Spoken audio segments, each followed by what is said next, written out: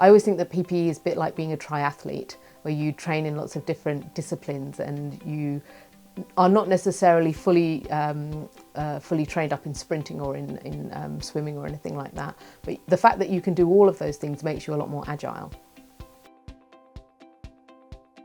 I'm Meera Sabaratnam. I'm a tutorial fellow in politics here at New College, and my field is international relations. The things that we're looking for most in PPE is people who are really engaged by the subject and people who show they can think about it. So my first piece of advice is to read. Read the papers, read the journals, read to anything that your school or your library, your local library has a subscription to. Read some books in the area. They could be classics or they could be more contemporary books, but read about what interests you and show us that passion and that insight on the page.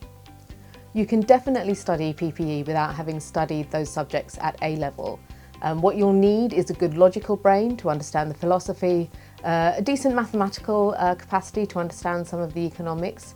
And for politics, what you really need is to be able to read and think and understand and spot assumptions and think critically. So you don't need prior training in those fields. What you need is an interest in the area.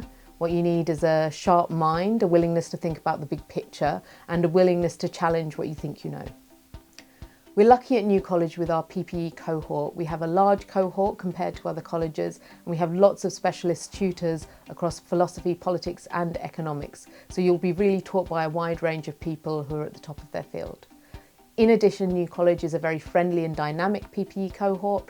Our students tend to be involved not just in their studies, but in the JCR, the Junior Common Room, as well as other societies and clubs around the university. So it's a very lively, dynamic and friendly environment. PPE students go on to do anything and everything in society.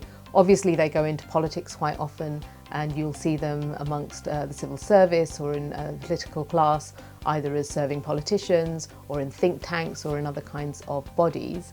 But they are resourceful people who are trained in a wide variety of different ways of thinking and different ways of understanding. So they can really go on to do anything. So lots of students ask whether they should think about doing history and politics or PPE. Now this is an individual choice for any student. I would say that if you really enjoy writing essays and thinking in terms of historical processes, then the history and politics degree is a really great degree for any student. If you want to look at PPE, you'll obviously work on a wider range of subjects, and those subjects will require diverse skill sets. So in philosophy, you'll be doing logic and you'll be solving ethical problems. In economics, obviously, there's a more mathematical and a more model-based approach to study. So depending on what you're interested in and what kind of work you like to do, I think those would be the main criteria.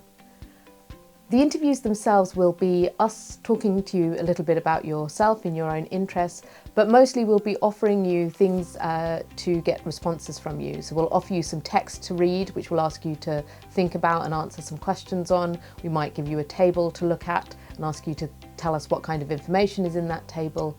So really, PPE interviews are a test of comprehension. So read things, not just the things that you're given at school, but read more challenging pieces of information and get good at trying to see what is this ultimately about? What is the core message from this paragraph or from this book that I can take away? And that's the kind of skill we'll be looking for in PPE.